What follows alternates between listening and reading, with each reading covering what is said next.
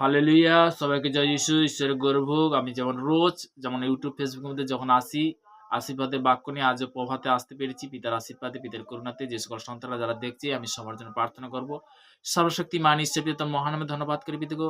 আজকের বিশেষ করে যে ইউটিউব, ফেসবুকের মধ্যে যে সকল সন্তানরা এই মুহূর্তে দেখছে পিতাগো, আশীর্বাদের প্রার্থনা, সেই আশীর্বাদের প্রার্থনা রোজ বা তারা যে যেমন জুড়ে পিতাগো, তাদেরকে তুমি আশীর্বাদ করো, কৃপা করো পিতা। তুমি মঙ্গলময় ঈশ্বর, তুমি সর্বশক্তিমান ঈশ্বর পিতা। পিতাগো, এই মুহূর্তে প্রার্থনা করছি আমরা ভারতবর্ষের বিভিন্ন প্রান্তে যে সকল সন্তানরা যারা দেশ বিদেশের মধ্যে গভর্নমেন্ট জবের মধ্যে কাজের মধ্যে রয়েছে, তাদের জন্য প্রার্থনা ব্যবসা কভার করতে তুমি সুরক্ষিত রাখো পিতাগো। পিতাগো, এই মুহূর্তে প্রার্থনা করছি বিশেষ করে ইন্ডিয়ান যে সৈনিক পিতাগো, প্রত্যেকটা কাস্ট থেকে পিতাগো, প্রত্যেকটা সন্তানের জন্য প্রার্থনা ব্যবসা কভার করতে তুমি সুরক্ষিত রাখো পিতাগো। পিতাগো, তাদের দীর্ঘ হাতে তুমি আশীর্বাদ করো, তাদের ফ্যামিলির বিশেষ করে তাদের পিতা মাতা তাদের সন্তানের জন্য সমর্পণ করছে, তাদের জন্য প্রার্থনা করছি পিতাগো। পিতাগো, তাদের দীর্ঘ আয়ু তুমি আশীর্বাদ করো, কেননা দেশের জন্য তারা সমর্পণ করেছে পিতা। পিতাগো, আজকে বিশেষ করে মন্ত্রীমহল থেকে, প্রশাসন থেকে আমি সবার জন্য প্রার্থনা করি। কবরটা তুমি সুরক্ষিত রাখো পিতাগো। আজকের দিনটা দেখার জন্য তোমাকে অসংখ্য ধন্যবাদ করি। তোমার মহানামে প্রশংসা করি পিতাগো। যে হালেলুয়া মিনিস্ট্রিতে আমরা উপস্থিত হতে পেরেছি, তোমাকে অসংখ্য ধন্যবাদ করি। তোমার মহানামে প্রশংসা করি পিতা। রোজ যেন এইভাবে পিতাগো, যে সকল সন্তানরা ইউটিউবের মধ্যে, ফেসবুকের মধ্যে যারা জুড়েছে এবং যারা অনলাইনের মধ্যে জুড়েছে, যারা আসতে পারেনি তাদের জন্য প্রার্থনা করছি পিতাগো। তাদেরকে সর্বদাই পিতাগো তুমি আশীর্বাদে পরিণত করে সেই পজিটিভের শিক্ষা তুমি তাদের মধ্যে দাও পিতাগো। নেগেটিভ আমি ক্যান্সেল করি সামতে পিতাগো। এই মুহূর্তে এই প্রার্থনা দেওয়ার জন্য তোর মিষ্টমেন মহান যিশু নাসিরের নাম থেকে চাইলাম। Amen, amen.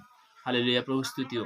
তো তেমনি যে আমরা আজকে বাক্যতে যাব, তো বাক্য দ্বারা আমরা জানবো যিশায়া তার 14 অধ্যায় 5 পদে প্রভুর বচন কি বলছে। সদাপ্রভু দুষ্টুদের দণ্ড ভাঙিয়াছেন, সদাপ্রভু দুষ্টুদের দণ্ড ভাঙিয়াছেন, শাসনকর্তাদের রাজদণ্ড ভগ্ন করিয়াছেন। শাসন দণ্ড বলতে কি, যারা শাসন করতো তাদের কি দণ্ডটাকে ভেঙে দিয়েছে। পিতার বাক্যর মধ্যে এতটাই শক্তি আছে, এতটাই সামাদ অভিষেক আছে, আমরা অনেক সময় কিন্তু জানি না। একটা একটা বাক্যর মধ্যে কিন্তু কি আছে, তীব্র তীব্র শক্তি। তো তেমনি বলতে কি, সেই বাক্যর মধ্যে যখন আমরা অঙ্গীকার করি, তখন বলতে কি পিতা কি করে, আশীর্বাদে পরিণত করে, তাই না? হালেলুয়া, প্রভু স্তুতিও। তো বাক্যর মধ্যে কি বহুত শক্তি আছে। তো তেমনি বাক্য অনুসারে যখন আমরা অঙ্গীকার করি, তখন কি করে। তো তেমনি আমরা যিশায়া, অনেক আগে যিশায়া 45 অধ্যায় তার 2 থেকে 3 পদ প্রভুর বচন কি বলছে ওখানে, যে আমি তোমার অগ্রে অগ্রে গমন করে উঁচু উঁচু স্থান সমান করবো, ও পিতলের কবাট ভগ্ন করবো, ও লোহে হড়কা কাটে ফেলিব। হালেলুয়া। লোহে হড়কা বলতে কি, শিকল পর্যন্ত ভেঙে যায়। তো তেমনি বলতে কি, তো তেমনি পিতার বচন দ্বারা যখন আমরা চলি, পিতা আমাদের কি করে, আশীর্বাদে পরিণত করে। তো তেমনি করে লোহা পর্যন্ত ভেঙে যায় কখন, যখন সেই বচন অনুসারে তুমি যখন চলবে। তো তখন বলতে কি, পিতা পরমেশ্বর ধন্যবাদ হোক, তখন পিতা পুত্র পবিত্র তখন কি হবে, ভেঙে চুরমার হবে। তো তেমনি বলতে কি, যে আজকের আমরা সব থেকে বড় জিনিস যে পিতার বাক্য দ্বারা বলতে কি, প্রার্থনাতে অবশ্যই করব। দ্বিতীয় বিবরণ তার 28 পদে আমি রোজ বলতে কি বাক্যটা অবশ্যই সবাইকে শেয়ার করি। কেন করি, এই বচনটা অবশ্যই প্রয়োজন আছে, আশীর্বাদের বাক্যটা প্রয়োজন আছে। তো প্রভুর বচন কি বলছে, ওখানে পরিষ্কার লেখা আছে যে দ্বিতীয় বিবরণ 28 ঠিক আছে। এই বচনটা বলতে কি, আমি আত্মা থেকে পিতা মনে দিচ্ছে, তো আমি তোমাদেরকে ঘটনা যে সকল আজ্ঞা আদেশ করিতেছি যত্নপূর্বক সেই সকল পালন করিবার জন্য, যদি তুমি আপন ঈশ্বর সদভাবে মনোযোগ সহকারে কর্ণপাত করো, তবে তোমার ঈশ্বর সদব পৃথিবীর সমস্ত জাতিকে উন্নত করবেন। Amen, amen. তো আমরা আজকে মনোযোগ সহকারে যখন পিতার বাক্য যখন শুনছি, পিতা কি করবে, আশীর্বাদে পরিণত করবে, ফলে ফলবান করবে, তাই না? হালেলুয়া। তো তেমনি আমরা নেক্সট বাক্যতে যাব, যে সর্বদা প্রভুর বচন দ্বারা লুক লিখিত সুসমাচার তার 22 অধ্যায় তার 45 পদে, 45 এবং 46, লুক লিখিত সুসমাচার আমি বলছি, লুক তার নতুন নিয়ম, লুক লিখিত সুসমাচার তার 22 অধ্যায় 45 পদ এবং কি 46 পদ।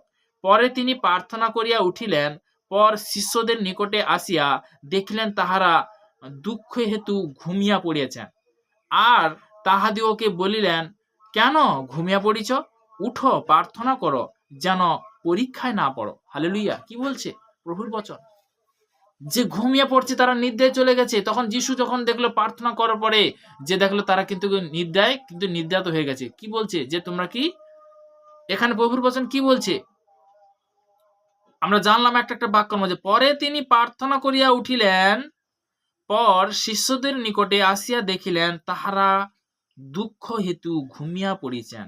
দুঃখ হেতু বলতে কি, হতাশা, নিরাশা, বিভিন্ন দুঃখ কষ্ট।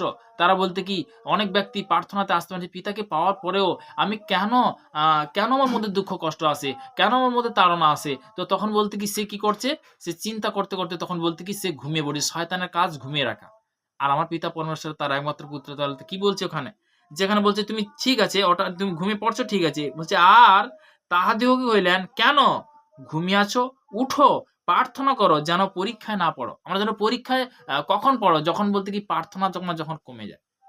শয়তান সবসময় সে হলো মিথ্যাবাদী। তো তেমনি বলতে কি সে সবসময় যেন কি করছে? ছুঁচু করছে। কখন সুযোগটা পাবো?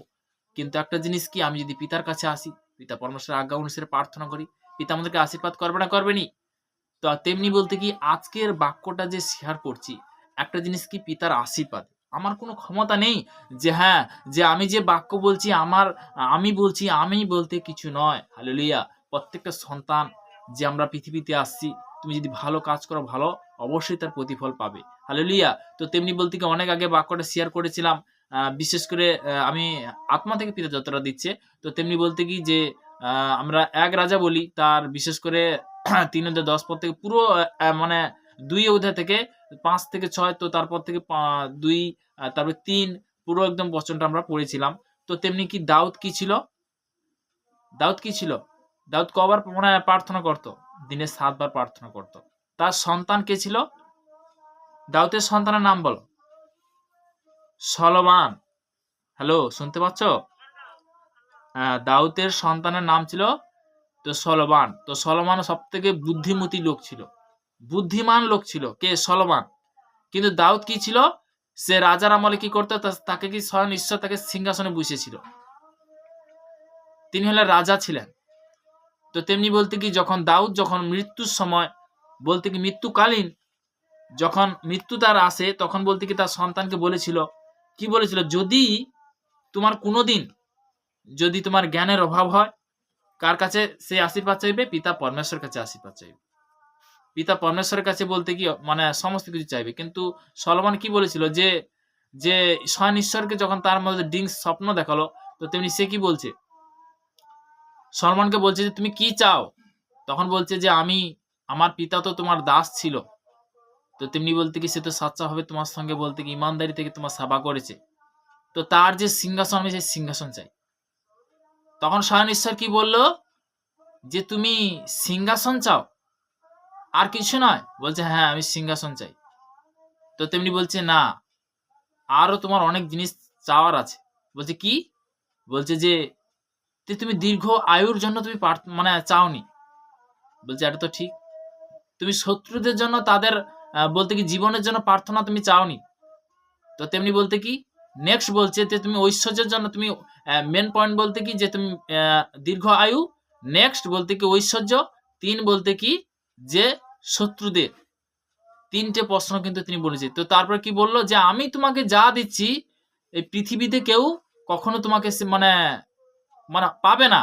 তো তোমার কাছে যেটা আমি দিচ্ছি। তো তেমনি বলছে পিতার ধন্যবাদও। তখন তাকে এতটা ঐশ্বর্য থেকে, আয়ু থেকে, বিশেষ করে সিংহাসন A to Z তাকে দিল। যেটা সে মুখে বলেনি।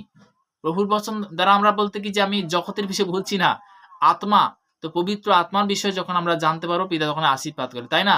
তো তেমনি বলতে কি যে আমাদের মধ্যে আজকের কেন বারবার ওই শিক্ষাটা আমি পৌঁছাচ্ছি? প্রত্যেকটা সন্তান যারা ঈশ্বরের সন্তান, অবশ্যই প্রভু তাদেরকে আরো আশীর্বাদ করুক। পিতা ধন্যবাদ হোক। তো আমরা প্রার্থনাতে যাব। সর্বশক্তিমান ঈশ্বর পিতা, তোমার মহানামে ধন্যবাদ করি পিতা। স্বর্গপিতা সিংহাসন পিতার পাদুর তোমার দাস হতে প্রার্থনা করছি। যে সকল সন্তানরা ইউটিউবে, ফেসবুকের মধ্যে যারা জুড়তে পেরেছে, যারা অনলাইনের মধ্যে যারা জুড়তে পেরেছে, তাদেরকে তুমি আশীর্বাদ করো, কৃপা করো। তুমি মঙ্গলময় ঈশ্বর পিতা, তুমি সর্বশক্তিমান ঈশ্বর পিতা। আরো সুন্দর সুন্দর বার্তা, সুন্দর সুন্দর বাক্য তুমি দেবে পিতা। এই আমার চাহাত পিতা, আজকের বিশেষ করে দিনটা দেখার জন্য তোমাকে অসংখ্য ধন্যবাদ করি পিতা। প্রত্যেকটা সন্তানকে সেইভাবে পিতা সেম নোয়েন্টিন, সেই সেম আশীর্বাদ করো পিতা। সমস্ত ইউটিউব, ফেসবুকের মধ্যে যে সকল যে ফেসবুক ফ্যামিলি, তাদের সবার জন্য প্রার্থনা করছি পিতা। প্রত্যেকটা সন্তানের জন্য প্রার্থনা করছি। তারা যে বিশেষ করে রোজ যে পজিটিভ বাক্যতে জুড়তে পারছে, যারা বাক্য দিচ্ছে পিতা, যাদের দ্বারা সেবা হচ্ছে, তাদের জন্য প্রার্থনা করছি। তাদেরকে আরো আগে বাড়ো, তাদেরকে আরো আশীর্বাদ করো পিতা। তাদেরকে আরো কৃপা করো পিতা। তুমি মঙ্গলময় ঈশ্বর পিতা। এই প্রার্থনা মিষ্টি প্রেমের মহান যিশু নাসিরের নাম থেকে চালাম, আমেন আমেন। তো প্রভু স্তুতি হোক। তো তেমনি বলতে কি যে আমরা আজকে জুড়তে পেরেছি, সবাইকে জয় যিশু, ঈশ্বরের গৌরব হোক, আমেন আমেন।